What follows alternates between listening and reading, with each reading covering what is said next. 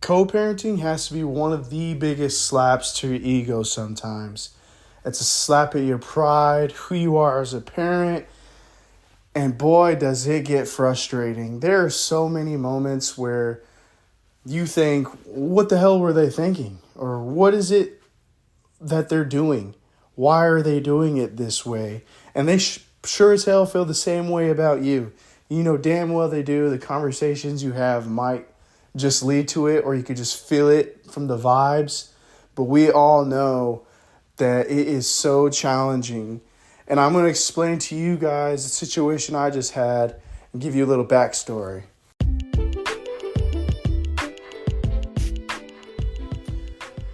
Now I'm going to share this story. It just happened like just now. And I thought, what a better time to talk about it than right now. I want to be able to talk it out, understand what it is I'm going through, and how I manage my behaviors and my actions, my words.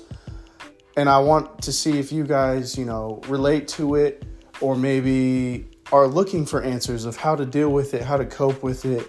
And I'm just going to share with you guys what I do, what I find successful, and what I find impossible at times.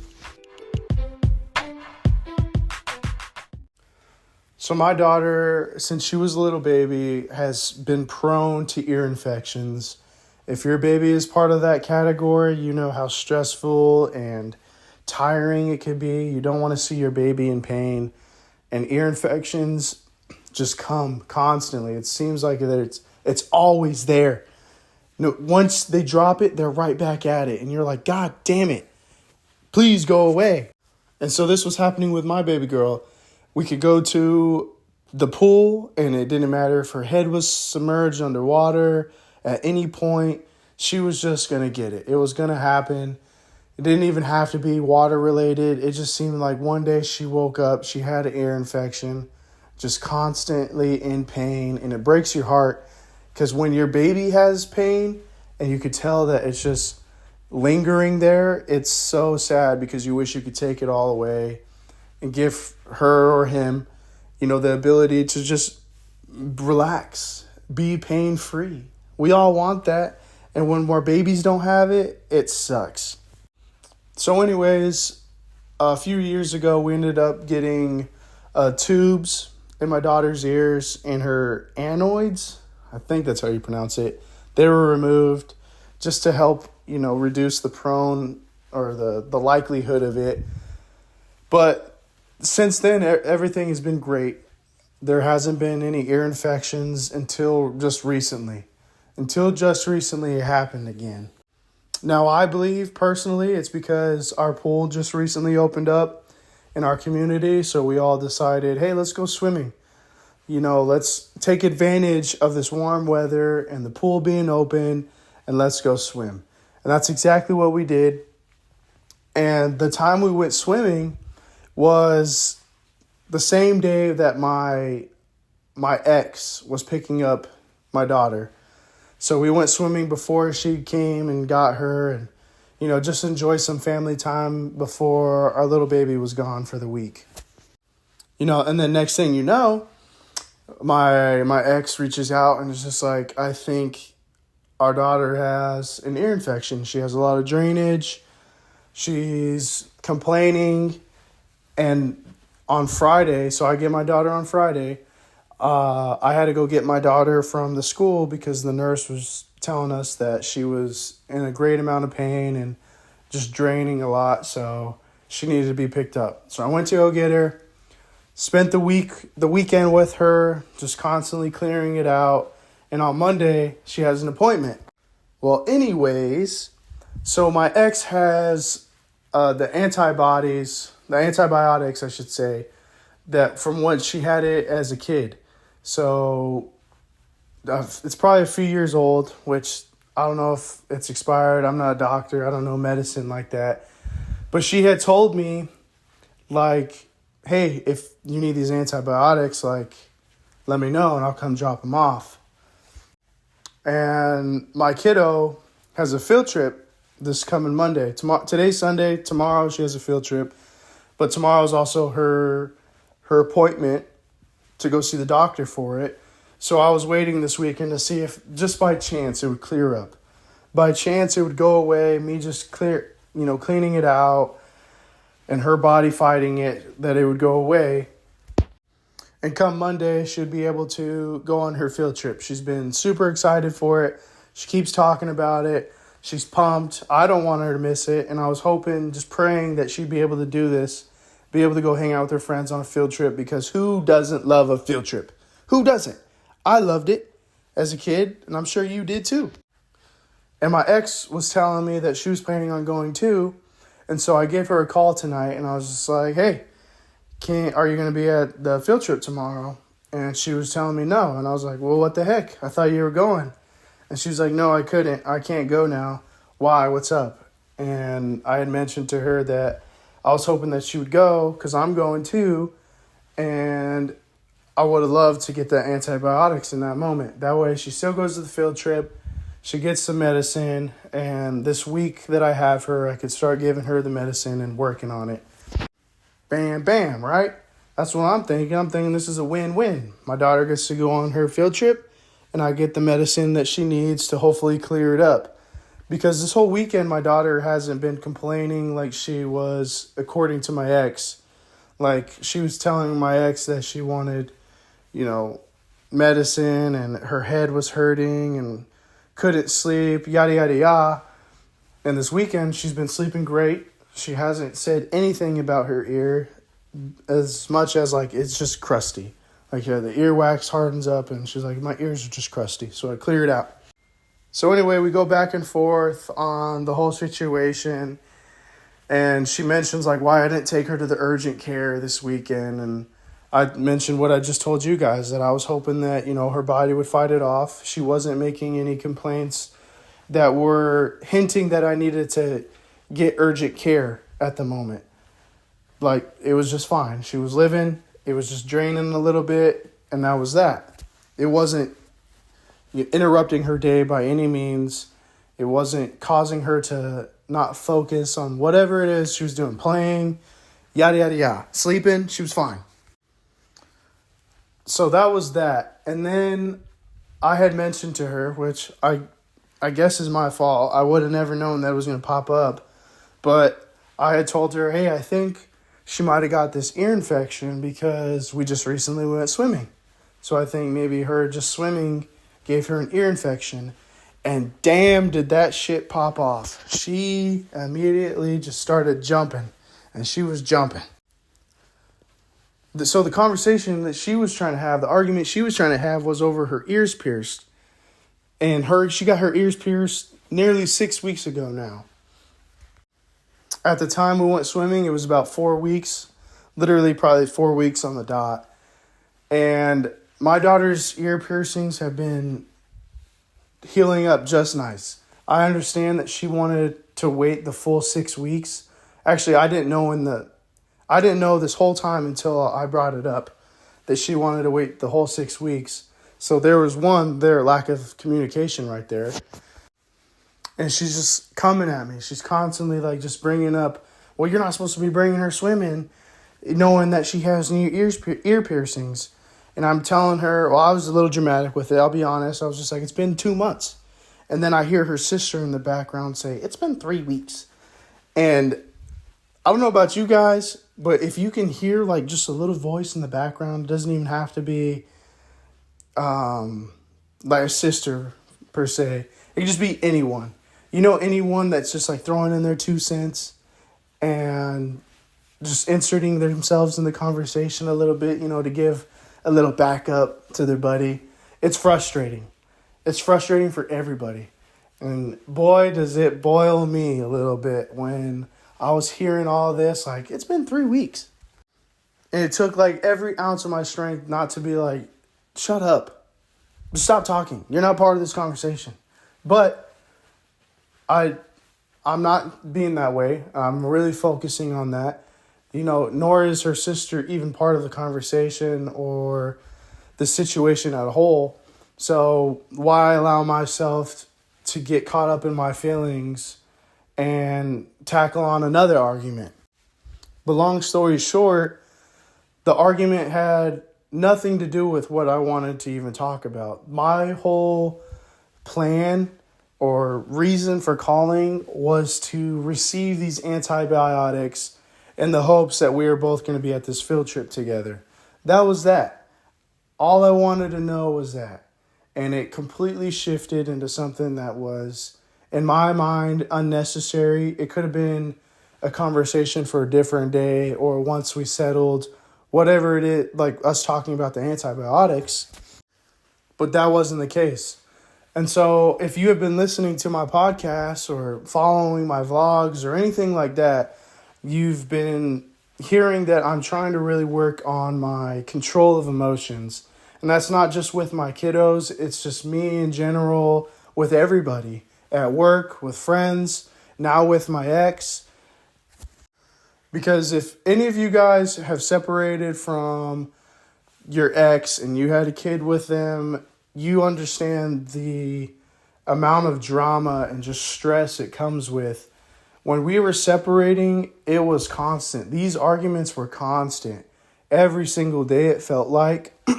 And since we've been separated officially, and I have my spouse, we have her kid, it's just everything's been fine. My ex and I haven't argued about anything. We've been very, what's the word for it? I can't think of the word, but we've been respectful towards each other. And there hasn't been any drama. There hasn't been any beef whatsoever. It's been good. I could talk to her. She could talk to me. We can throw in our 2 cents, and it hasn't been any harm. But for this, it hit me. And I think it hit me because I've been dealing with this controlling thing of myself. And I feel it building up in me. I feel this anger or this frustration, sadness, all of the above that I'm dealing with inside my house, at work, and it's just building up. And I haven't figured out how I'm going to let it go. I don't know how to release it yet. I'm still trying to find a healthy way to release it. And so it's been building, and finally having this conversation on the phone and hearing her sister, and then hearing this, what felt like a judgment of my parenting, it really got to me. We all know that once you get judged as a parent, especially from someone that you don't really respect or care about their opinion all too much, it could be very triggering. It could just snap you like that. And that's exactly how I felt. But I was able in the moment to tell myself, disengage. It was like that scene of Incredibles when Elastigirl and all the kids are on the plane. Disengage, disengage. And she's just screaming that to the missiles or whatever the hell it is. You know what I mean? But that's what I was thinking in that moment. Disengage, disengage. So what did I do? I hung up the motherfucking phone. And now some of you guys might think, oh, that's petty. If you're going to hang up, weak, I don't know. Whatever it is. But in my mind, that was the only way I was going to be able to disengage. I didn't have to walk away from the conversation. She wasn't physically there. There was nothing that I could have done in that moment that would have just shifted the conversation. And I could just hear both of them just nagging what felt like. It was just double teaming, beating my ass verbally, and I was not going to have it. So I hung up the damn phone. Now, old me, the person that was dealing with this during the separation process, I would have probably thrown out some names. I would have argued. I would have let myself get to that point of I'm a flame. I'm a firecracker at that moment. I'm going to throw in my 2 cents and I'm going to be heard. I might yell. I might tell someone to shut the fuck up. So nothing good. Nothing out of it was going to be positive. And it wasn't going to help the situation at all. It was going to make me seem very little and like I am just incapable of handling my own emotions like an adult, like a mature adult that knows how to respond accordingly, respond maturely, I should say. Now, I know there's some of you guys out there that you hear this and you're like, fuck that, I'm popping off. No one's going to be talking to me. And, that's all power to you. If that's how you live, that's how you live. I'm not here to tell you to do it differently, but this is what I'm working on. I'm trying my best not to let other factors control my life and impact me so greatly. And so I'm refusing to do it. I'm refusing to be that.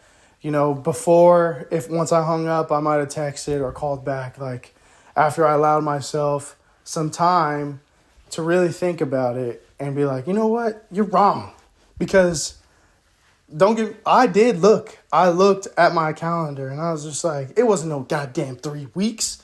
And so I'm making sure my math adds up, and my math didn't add up for my 2-month comment that I made to them, but it sure as hell wasn't 3 weeks ago that they got her ears pierced. But yeah, that was that. She ended up texting me, saying that she didn't mean to be a bitch or come off as hateful, but she was like, come on, Carlo. And the come on, Carlo, is still, in my eyes, somewhat of a jab. But I understand where she's coming from, but I felt like in the moment I wasn't understood where I was coming from either. And that's what frustrates me a lot of the times. And since it wasn't over the phone or in person anymore, that gave me enough time to respond. I didn't even have to respond, but I'm trying to be a bigger person, a more mature person, and I just expressed how it made me feel. I told her that, I understand that it wasn't long enough for your comfort. You wanted me to wait 6 weeks before, but I wasn't aware of that. How do I know that if there's no communication on that? And I'm told her the same thing I'm telling you guys. I'm working on controlling myself better, and now the only way I knew how to control myself in that situation was to hang up. And then I just mentioned, hey, I don't like being judged as a parent. I know what I'm capable of, and I want you to trust me as a parent, just like I trust you as a parent. When you have our daughter, I trust you 100%. You're going to do whatever it is you're going to do, but I trust that our daughter's going to be safe and our daughter's going to be healthy, and that's all I ask in return. And just based off the conversation, it made me feel like I was incapable of that. It made me feel like I wasn't being smart as a parent. And there's moments, even as parents, where we're not smart. We mess up. We fuck up. But in this situation, I genuinely feel like I can see where she's coming from, but I can see where I'm coming from too. My daughter's ears were perfectly fine. They were healed. They've been healing great. If she was pussing or showed any signs of it not healing properly, I would never put her in the pool. But that wasn't an indicator at any time. It wasn't like she just got her ears pierced the week prior. Now, I don't mean to make this conversation just about the swimming ear piercing thing. It's just boils down to co-parenting is fucking hard. In our moments, it makes me just think so far out. And I'm thinking, God damn it, I really got to deal with you for years. So many goddamn years. And there's nothing I could do about it because I'm going to be very present and physically and mentally in my daughter's life. There's no argument against that. I'm going to be here. And so that means I got to parent. I got to parent with the other parent. There's no way around it. That's that. That's facts.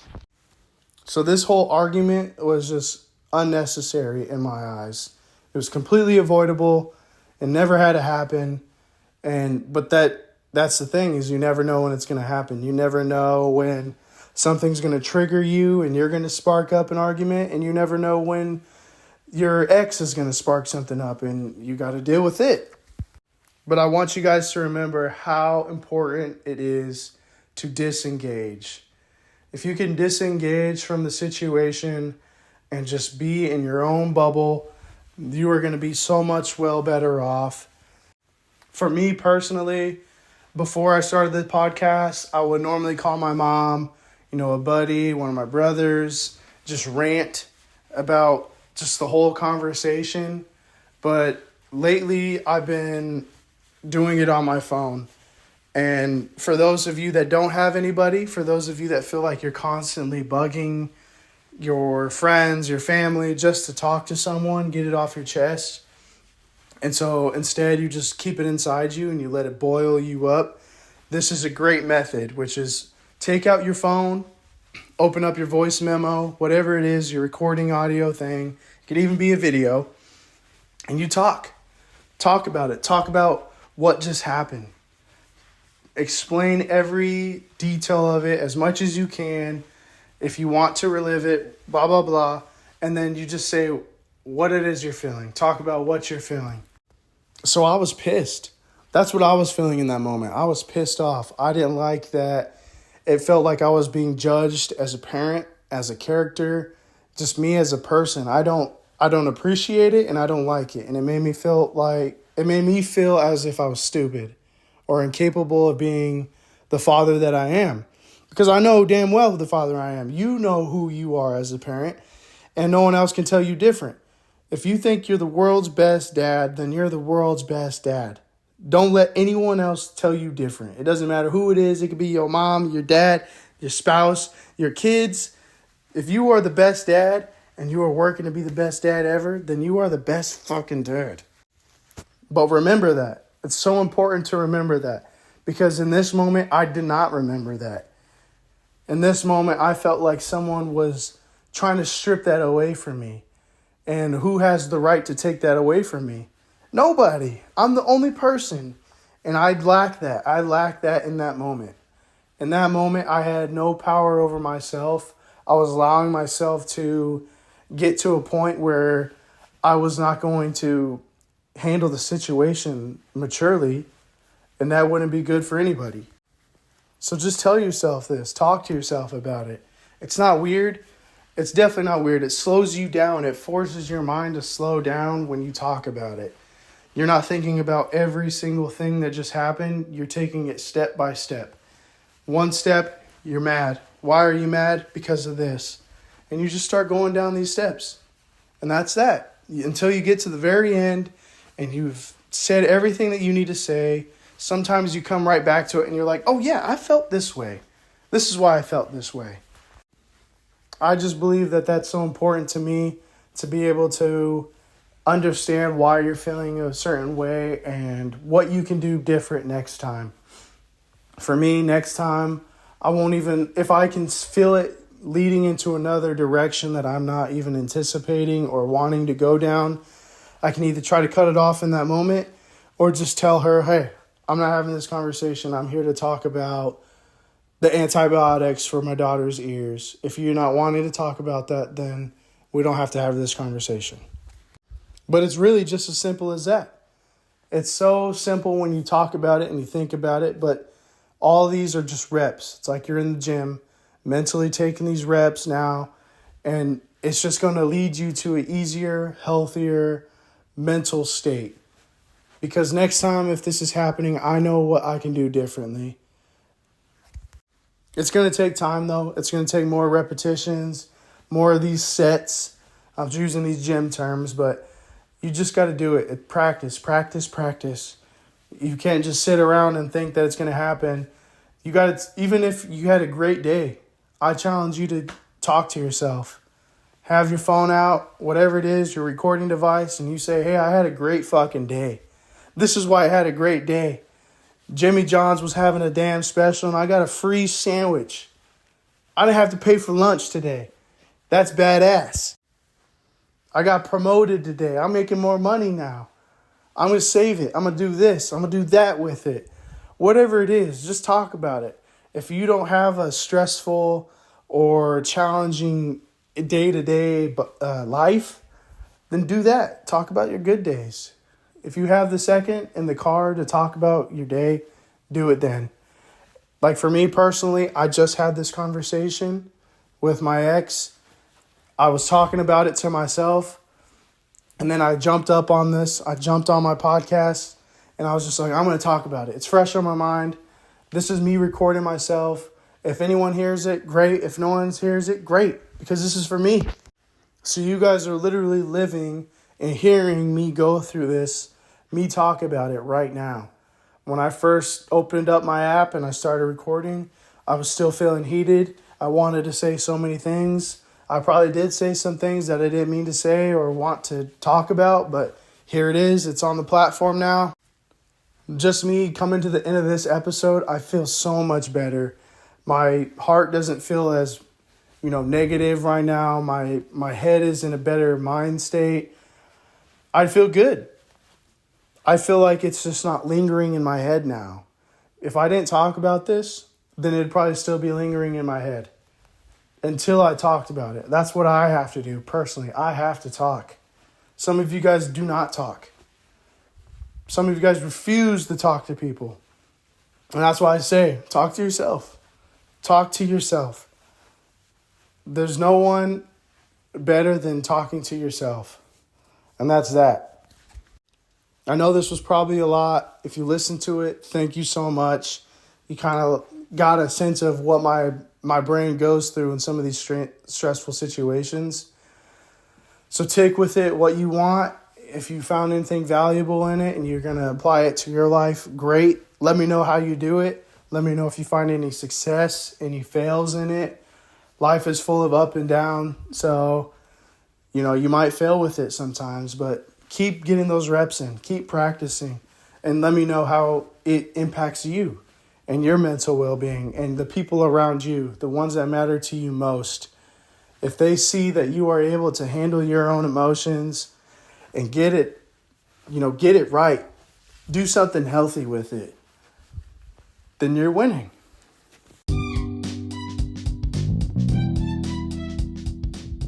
But thank you so much. I hope you guys have a blessed night. I hope you had a blessed weekend. Please like, comment, follow, subscribe, whatever it is you're listening on. Go check out my website, thatdad.co, thatdad.store. It has all my merchandise. I appreciate you guys. You guys matter. You guys are fucking awesome. Let's keep getting at it.